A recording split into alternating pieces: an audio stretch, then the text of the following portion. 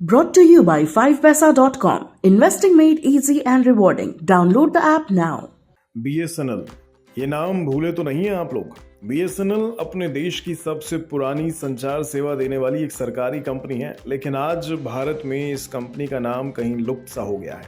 काम ये आज भी करती है, बस लोगों को याद है तो बस जियो, एयरटेल और वोडा आइडिया। आज भारत सरकार ने इस कंपनी को रिवाइव करने के लिए एक कोशिश की है। सरकार BSNL और BBNL यानी भारत ब्रॉडबैंड नेटवर्क लिमिटेड से इसको मर्ज करने जा रही है। आज की इस वीडियो में हम यही जानने की कोशिश करेंगे कि BSNL आज एक भूली बिसरी कंपनी क्यों बन चुकी है और क्या सरकार के इस रिवाइवल प्लान से BSNL का उद्धार हो पाएगा। शुरुआत खबर से करते हैं। आज कैबिनेट की एक मीटिंग में BSNL और BBNL को मर्ज करने की मंजूरी सरकार ने दे दी है, जिस पर केंद्रीय मंत्री अश्विनी वैष्णव ने जानकारी दी है। पहले अश्विनी वैष्णव ने क्या कहा, आप वो सुने। आज कैबिनेट में BSNL भारत संचार निगम लिमिटेड के रिवाइवल के लिए 1,64,000 यानी 1,64,000 करोड़ का पैकेज अप्रूव हुआ है। 15 अगस्त को माननीय प्रधानमंत्री जी ने लाल किले से संकल्प लिया था कि अब हम हर स्कीम को सैचुरेशन लेवल पे लेके जाएंगे, यानी जो भी हम काम करें उसको कंप्लीट जितना कवरेज देना है उतना कवरेज कंप्लीट हमें लेके जाना है। तो इसमें डिजिटल इंडिया और टेलीकॉम दो बहुत बड़े एलिमेंट्स हैं सैचुरेशन के लिए। इन दोनों एलिमेंट्स का इंटरकनेक्शन भी है, दोनों इंटरलिंक्ड है। तो अभी पिछले 7-8 महीने में गतिशक्ति का फ्रेमवर्क यूज़ करके, सैटेलाइट इमेजिंग यूज़ करके, टेलीकॉम सर्विस प्रोवाइडर्स का सारा नेटवर्क का जितना डेटा है वो सब यूज़ करके बहुत ही डिटेल्ड बारीकी से सर्वे किया गया है। आज के इस फैसले में BSNL को लेकर कुछ बड़े फैसले हुए, जैसे BSNL के रिवाइवल के लिए 1.64 लाख करोड़ रुपए के रिवाइवल पैकेज को मंजूरी दी गई है।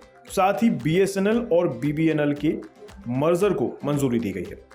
अब पहले बात इस मर्जर की कर लेते हैं। इस मर्जर के बाद BSNL को फायदा क्या होने वाला है, चलिए जानते हैं। दरअसल देश भर में BBNL के 5.67 लाख किलोमीटर के ऑप्टिकल फाइबर बिछे हुए हैं। इस मर्जर से इनका पूरा कंट्रोल BSNL के हाथों में आ जाएगा। BSNL के पास भी अपना 6.80 लाख किलोमीटर से ज्यादा का ऑप्टिकल फाइबर नेटवर्क है। यहाँ एक बात समझने वाली है कि BSNL की ज्यादातर सर्विसेज अर्बन सिटीज में मिलती है, तो वहीं BBNL देश में लाखों ग्राम पंचायतों में अपनी सर्विस को दे रहा है। इस तरह देखें तो डील कंपनी के लिए एक बड़ा टर्निंग पॉइंट हो सकती है। वहीं सरकार ने रिवाइवल के लिए 1,64,156 करोड़ का पैकेज भी मंजूर किया है, जिससे BSNL को 4G में अपग्रेड करने में मदद मिलेगी और 5G की राह भी शायद आसान हो जाए।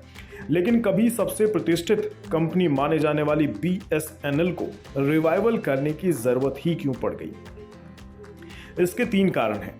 पहला, 5G के दौर में BSNL 4G की सुविधा भी नहीं दे पा रही है। दूसरा, डेटा स्पीड, वॉइस क्वालिटी और नेटवर्क में कंपनी की गुणवत्ता काफी खराब है, यानी कंपनी अपने कस्टमर्स को गुणवत्ता देने में काफी पीछे छूट गई है बाकी कंपनियों के मुकाबले। तीसरा, राजस्व का 55 से 60% हिस्सा केवल सैलरी पर खर्च किया जा रहा है कंपनी द्वारा। जो कंपनी 20वीं सदी में एक चमकता हुआ सितारा हुआ करती थी, वो आज अपने 1.75 लाख कर्मचारियों को वेतन तक नहीं दे पा रही है। इनमें से ज्यादातर कर्मचारी 55 वर्ष की उम्र से ज्यादा के हैं और उन्हें आज के आधुनिक युग के हिसाब से टेक्नोलॉजी की उतनी जानकारी नहीं है जितनी होनी चाहिए, और वो सीखने में दिलचस्पी भी नहीं लेते। ये 3 कारणों को अगर सुधार लिया जाए तो जाहिर है BSNL की स्थिति कुछ हद तक बेहतर जरूर हो सकती है।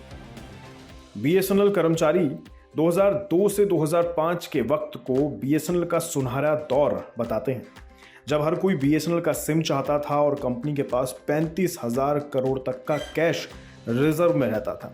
जान पहचान वाले BSNL सिम के लिए मिन्नतें किया करते थे। आज देश में 1.2 बिलियन मोबाइल यूजर्स हैं। देश में BSNL का मार्केट शेयर मात्र 9.7% है। आज की तारीख में BSNL पर बैंकों का करीब 33,000 करोड़ का कर्ज है। आपको बता दें, मई 31, 2022 तक प्राइवेट एक्सेस सर्विस प्रोवाइडर के पास वायरलेस कंज्यूमर की 79.87% बाजार हिस्सेदारी थी, जबकि BSNL और MTNL दो PSU एक्सेस सर्विस प्रोवाइडर की बाजार हिस्सेदारी केवल 10.13% थी।